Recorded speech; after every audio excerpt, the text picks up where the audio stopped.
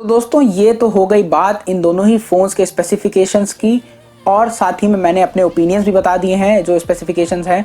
लेकिन अब बात करते हैं एक बड़ी पिक्चर की कि क्या कुछ ऐसे चैलेंजेस हो सकते हैं जो कि माइक्रोमैक्स को इस इंडियन मार्केट में, जो कि बहुत कॉम्पिटिटिव हो गई है, उसमें सस्टेन करने में दिक्कतें थोड़ी सी पैदा ज़रूर कर सकती है। और माइक्रोमैक्स को इन गलतियों को दोहराना नहीं चाहिए, जिससे कि ये वापस से एक अच्छा ब्रांड बन सकें और एक बहुत ही बेहतरीन इंडियन ब्रांड बन के सामने आ सकें, और सबसे बड़ी बात, लोगों का ट्रस्ट जीत सकें। तो मेरे हिसाब से जो सबसे बड़ा चैलेंज है माइक्रोमैक्स का, वो है उसकी सर्विस सेंटर की क्वालिटी, और इन शॉर्ट में आप कह सकते हैं जिसको सर्विस। तो माइक्रोमैक्स का मेरा भी पुराना एक्सपीरियंस रहा है, एंड आई एम श्योर कि आप में से काफ़ी सारे लोगों का ये एक्सपीरियंस रहा होगा कि उनके जो सर्विस सेंटर्स हैं वो एक बहुत ही बड़ा लेट डाउन अभी तक रहे हैं। मैं अपनी अगर पर्सनल बात करूं तो मैंने एक कैनवस 2 फ़ोन लिया था जो 6-7 महीने बाद ख़राब हो गया था, और जब मैं उसको सर्विस पे देने गया था तो लिटरली मुझे 1 साल बाद वो फ़ोन मिला। 15 दिन करते करते उनके सर्विस सेंटर्स ने आगे बढ़ाते गए डेट, और उन्होंने इतना ज़्यादा डिले कर दिया कि मैं बिल्कुल फ्रस्ट्रेट हो गया। और मैंने तब डिसाइड कर लिया था कि ये माइक्रोमैक्स अगर ऐसी सर्विस रखेगी तो मैं इनके फ़ोन्स तो बिल्कुल भी नहीं खरीदने वाला हूँ।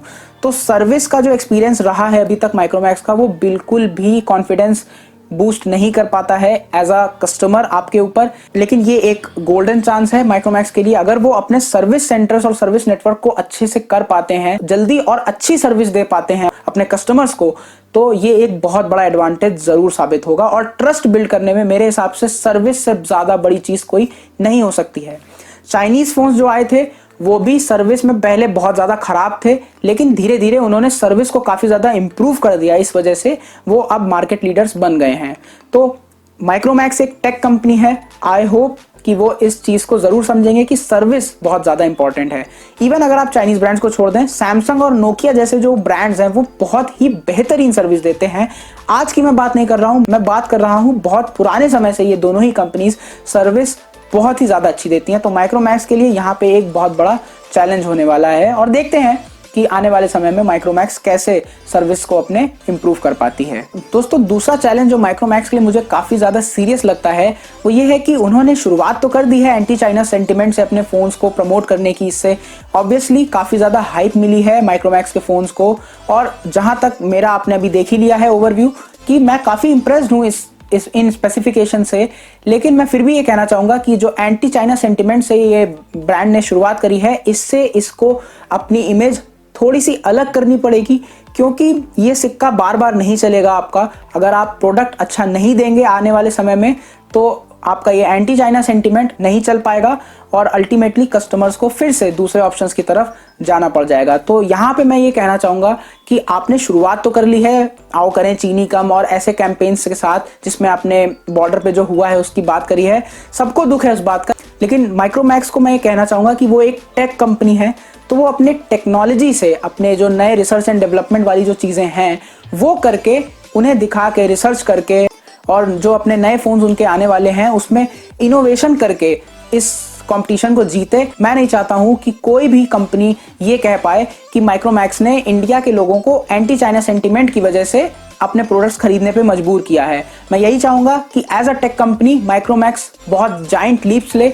और कई सारे प्रोडक्ट्स ऐसे निकाले जो कि इन चाइनीज कंपनीज को बिल्कुल बाहर निकाल दे हमारे देश से। और जैसे माइक्रोमैक्स पहले रीब्रांडेड चाइनीज फोन्स मार्केट में ले आता था, ऐसा काम आई होप कि फ्यूचर में माइक्रोमैक्स ना करे। और जहां तक मुझे लगता है, मुझे उम्मीद है कि माइक्रोमैक्स ऐसा काम अब नहीं करेगी। So fingers cross for it. दोस्तों इसके अलावा जो मैं माइक्रोमैक्स के एक चीज से नहीं इंप्रेस्ड हूँ वो ये है कि उन्होंने जो एंटी चाइना सेंटिमेंट्स को यूज़ किया है, जैसे उन्होंने कहा कि मेरे ही देश में रह के मुझे ही जो है कंपटीशन से बाहर कर दिया चाइनीज कंपनीज ने। तो मैं माइक्रोमैक्स को यही कहना चाहूँगा कि वो ये ना भूलें कि क्यों माइक्रोमैक्स 2014-2013 में इतना ज़्यादा सक्सेसफुल हो पाया था। कि उस टाइम भी ऐसा नहीं है कि चाइनीज़ फ़ोन्स मार्केट में अवेलेबल नहीं थे या और कंपटीशन नहीं था, लेकिन क्योंकि माइक्रोमैक्स ने उस वक्त सही फ़ोन्स सही प्राइस पॉइंट पे निकाले थे, इस वजह से लोगों ने माइक्रोमैक्स को काफ़ी ज़्यादा अप्रिशिएट भी किया और इतने ज़्यादा फ़ोन्स खरीदे कि वर्ल्ड की टॉप 10 कंपनीज में भी माइक्रोमैक्स का नाम शामिल हो गया था। तो मैं उनको यही याद दिलाना चाहूँगा कि ऐसा नहीं है कि लोग चाइनीज़ ब्रांड ही खरीदना चाहते हैं या फॉरेन ब्रांड्स को ही प्रेफर करते हैं। जो हम इंडियंस हैं वो एक अच्छा प्रोडक्ट चाहते हैं, और जब आपने वो अच्छा प्रोडक्ट देना बंद कर दिया तभी लोगों ने आपके फ़ोन्स को खरीदना बंद कर दिया।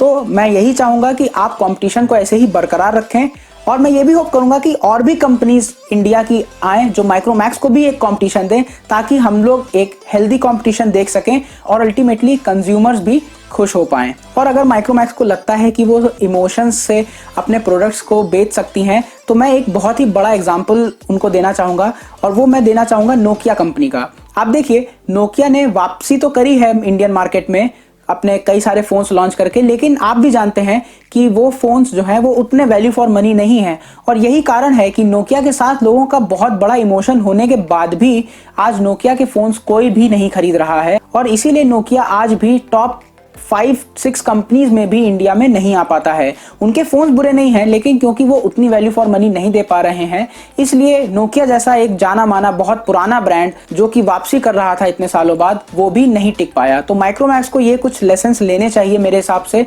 और जो इमोशनल एक सेंटिमेंट है कि इंडिया का ब्रांड है, उसे ये छोड़ देना चाहिए। मेरे हिसाब से माइक्रोमैक्स सैमसंग से काफ़ी कुछ सीख सकती है।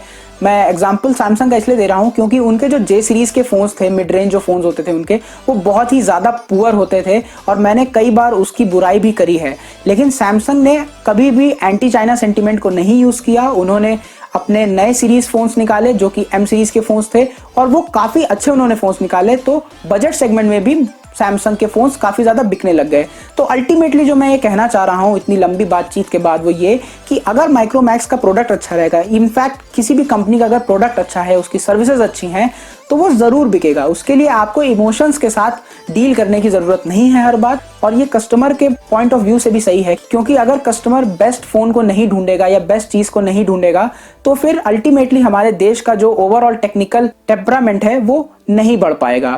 तो ये मेरी एक थोड़ी सी शिकायत है, और आई होप कि माइक्रोमैक्स इस पे इम्प्रूवमेंट भी कर पाए। और दोस्तों, जो आखिरी चैलेंज जो मेरे हिसाब से माइक्रोमैक्स के लिए हो सकता है वो ये है कि उनको अपनी ये कंसिस्टेंसी को बरकरार रखना पड़ेगा। यहाँ पे मैं एग्जांपल देना चाहूँगा एसूस का। एसूस ने 2 बहुत ही अच्छे फ़ोन्स निकाले थे अपने मिड रेंज सेगमेंट में, जो कि थे एसूस का ज़ेनफ़ोन मैक्स प्रो M1 और M2 फ़ोन्स, और वो दोनों ही फ़ोन्स काफ़ी ज़्यादा सक्सेसफुल हुए थे क्योंकि उसमें स्टॉक एंड्रॉइड एक्सपीरियंस था और बहुत ही अच्छे स्पेसिफिकेशन के साथ वो फ़ोन्स आते थे। लेकिन पता नहीं क्यों उसके बाद से एसूस ने कोई भी M सीरीज़ का फ़ोन ही नहीं निकाला, और ये जो इनकंसिस्टेंसी है ये एसूस को काफ़ी ज़्यादा भारी पड़ी होगी ज़रूर। तो मैं यही कहना चाहूँगा कि माइक्रोमैक्स भी ऐसी गलती ना करे, लगातार वो फ़ोन्स लॉन्च करते रहें, कॉम्पिटिटिव फ़ोन्स लॉन्च करते रहें जो कि कंसिस्टेंट भी हों, और अपने जो वादे हैं माइक्रोमैक्स के उस पे माइक्रोमैक्स खरा उतरे। तो काफ़ी लंबा ये वीडियो हो गया है। आई होप कि आपको ये वीडियो पसंद आया होगा। मैं भी काफ़ी ज़्यादा उम्मीद कर रहा हूँ कि माइक्रोमैक्स ऐसे ही अच्छा परफॉर्म करता रहे, अपनी सर्विसेज को इम्प्रूव करे, और हम क्यों नहीं चाहेंगे कि एक इंडियन ब्रांड अच्छे से चाइनीज़ ब्रांड्स को कंपटीशन दे और इवन उनको हरा भी दे। तो इतना ही था इस वीडियो में। आपके जो भी सवाल हों, सुझाव हों, आप वो ज़रूर कमेंट सेक्शन पे लिखें, और अगर आपको ये चैनल अच्छा लगा हो तो इस चैनल को ज़रूर सब्सक्राइब करें, और हाँ, नोटिफिकेशन बेल आइकन भी ज़रूर दबाएं, क्योंकि मैं ऐसी ही टेक वीडियोस लगातार लाता रहता हूं। इसके साथ साथ आप मुझे सोशल मीडिया पे भी फॉलो कर सकते हैं, जिसके लिंक्स आपको स्क्रीन पे भी आपके नजर आ जाएंगे और आपको डिस्क्रिप्शन में भी ज़रूर मिल जाएंगे। मिलते हैं नेक्स्ट वीडियो में, तब तक के लिए गुड बाय।